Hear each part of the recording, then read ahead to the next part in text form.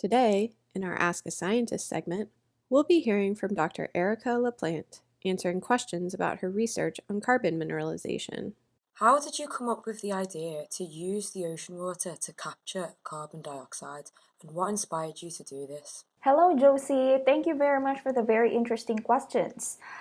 So, we selected ocean water primarily for two reasons. First, ocean water contains abundant calcium and magnesium ions that trap carbon dioxide into carbonate solids that can be stable for millions of years. These ions, they're already dissolved in ocean water, and that makes them readily react with carbon dioxide.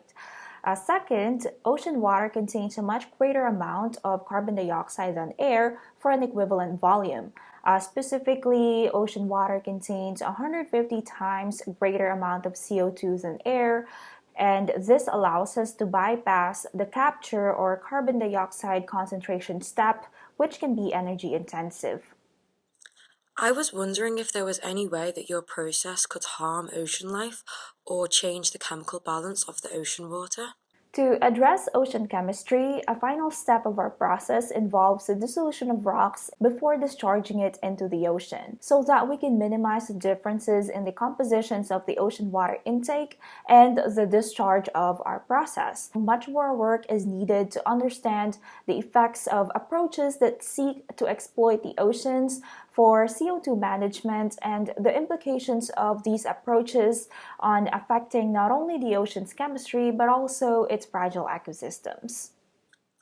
What types of things can we do with the calcite and magnesium carbonate minerals that are produced from your process? The removal of at least 10 gigatons of CO2 from the atmosphere using our process will result in production of over 20 gigatons of solids annually. Some of these solids could substitute the global mineral carbonate market and span construction materials and specialty applications.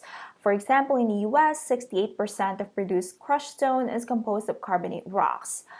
These carbonates can also be used as aggregates or as raw materials for cement production.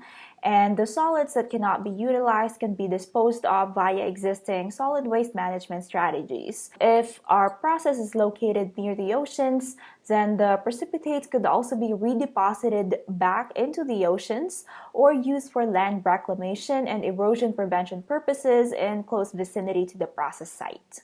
To find out more about Dr. La Plante's research on carbon mineralization, check out the article adapted by Science Journal for Kids titled, "How Can We Store Carbon Dioxide from the Atmosphere in Minerals?"